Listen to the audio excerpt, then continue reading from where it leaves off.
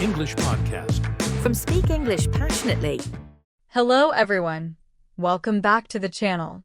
I'm Zara, and today I'm going to take you through a full day in my life, my daily routine, my habits, my mindset, and everything in between. Whether you're here for motivation, to pick up ideas for your own schedule, or just to get to know me better, I hope you'll find something useful.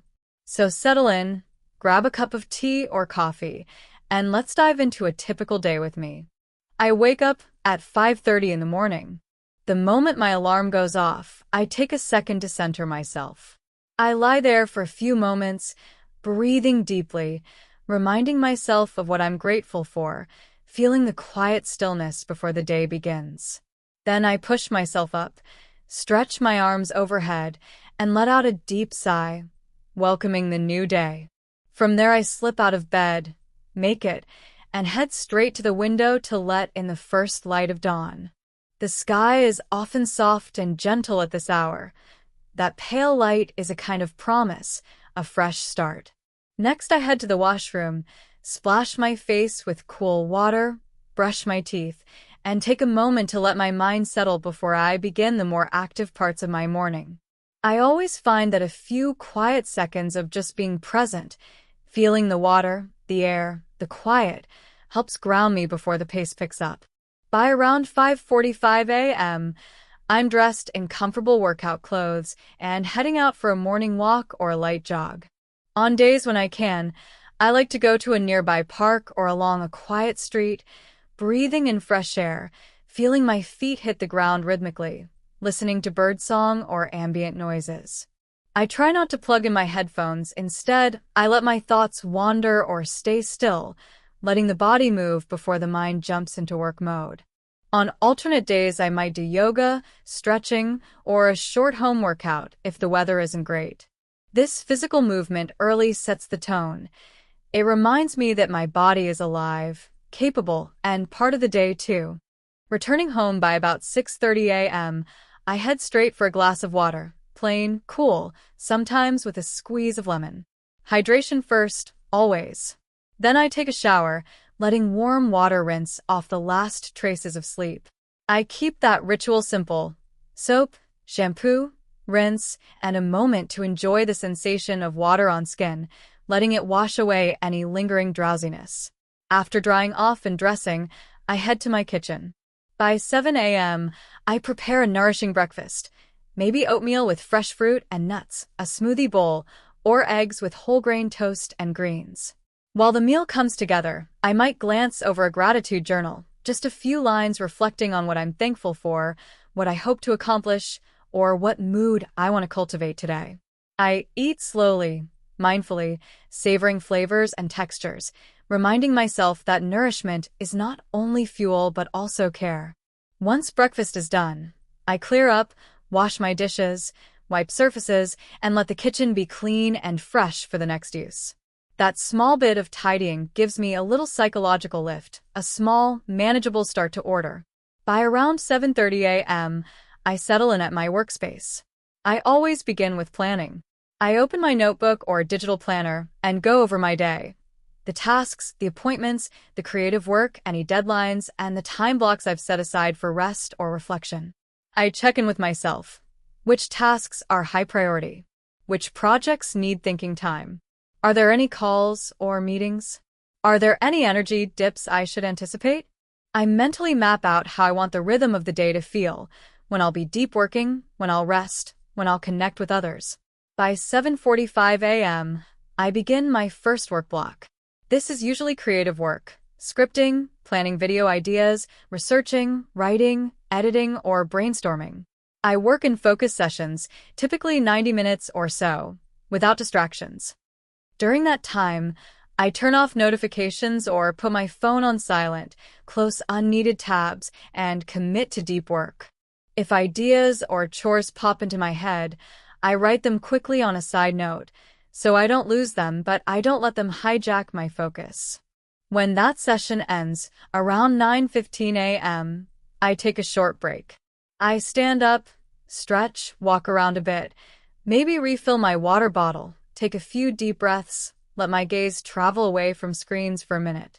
Sometimes I step outside if possible, breathe fresh air, or just glance at the sky. These mini breaks are essential because they reset my attention, helping me sustain productivity throughout the day. Back at my desk by about 9:30 a.m., it's time for the next block. Often tasks that require less intense creativity, but still demand clarity. Responding to emails, scheduling, administrative work, editing footage, thumbnail design, or coordinating with collaborators. I stay intentional. I allocate fixed time, so these tasks don't bleed all over my day. Around 11:30 a.m., I pause for lunch. I like to keep lunch light but satisfying. A protein, vegetables, perhaps a whole grain, something that provides energy without making me feel heavy or sluggish. While I eat, I try to detach from screens and work. No social media, no multitasking. Sometimes I'll read a book, listen to gentle music, or simply sit in silence and enjoy the nourishment. After lunch, from about 12 to 1 p.m., I take some time for rest or reflection. Depending on how I feel, I might take a short nap, 20 to 30 minutes, or do a meditation, or read a chapter of a book, or step out for a bit of sun. This midday reset is a cornerstone of my routine. It ensures that I don't crash in the afternoon and reminds me that rest and creativity are partners, not opposites. At 1 p.m., I return to work. This is often my second deep work session, the time when I focus on editing video content, working on motion graphics, scripting longer segments, or tackling projects that need sustained attention. Again, I block off heavy distractions, ensure I'm calm and focused, and work for a solid stretch. By about 3 p.m., I take another break. I stand, move, get water, perhaps do a few light stretches or walk around. I might snack if I'm slightly hungry, nuts, fruit, yogurt. In that break, I make sure not to scroll endlessly. Instead, I bring awareness to my body and energy levels. From 3:15 to 4:45 p.m., I shift to more interactive work, editing final cuts, reviewing content, collaborating with team or friends, responding to comments or messages more thoughtfully, filming shorter clips or B-roll, or doing voiceovers. I try to bring my freshly recharged attention to these tasks. At 4:45 p.m., I wind down active work.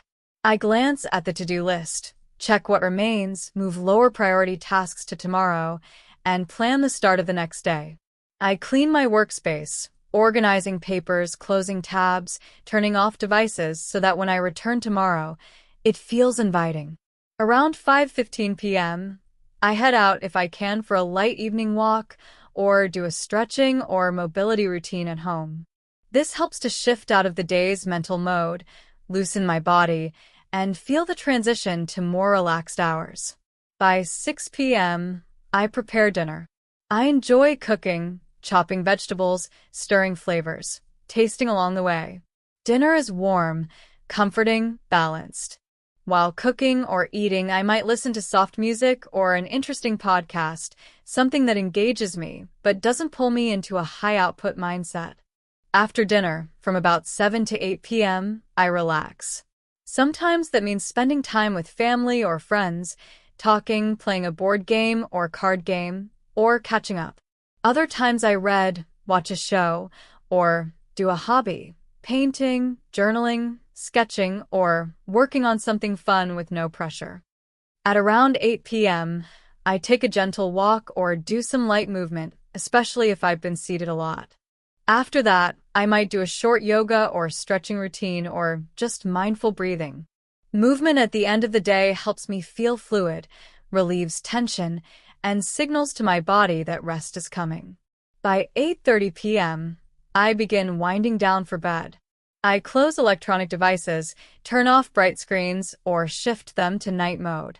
I dim overhead lights and switch to softer, warm lamps. I step into my evening skincare ritual, cleansing, moisturizing, maybe a face mask or some self-care steps depending on how my skin feels. Small rituals like this ground me and create a sense of calm. Once that's done, I often take the last 15 or 20 minutes before sleep to journal. I reflect on the day, what went well, what I learned, what I'm grateful for. I write down lingering thoughts, gently releasing them so that they don't swirl in my mind overnight. Then I read a few pages of a book, often something uplifting or contemplative, nothing too exciting or suspenseful, just something to soothe the mind. By around 9:30 p.m., I turn off the lights. I lie in bed, breathe slowly and deeply, letting my body relax. I remind myself that rest is not wasted time, it's essential time. I drift toward sleep, trusting that tomorrow, the cycle renews. Of course, no day ever goes perfectly. Some days I wake up late, or unexpected tasks come crashing in. Sometimes fatigue or unforeseen events force me to adapt. On those days, instead of resisting or beating myself up, I pause, recalibrate, and honor what's possible. The routine is a framework, not a prison.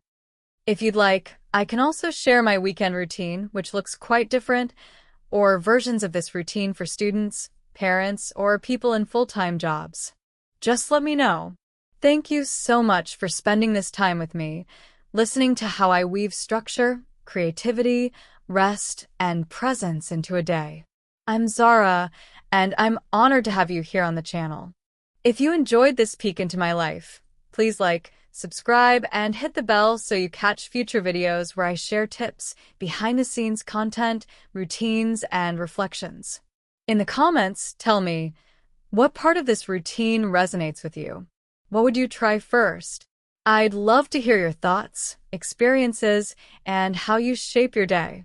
Until next time, may your days be intentional, may your rest be deep, and may you move forward with purpose and kindness.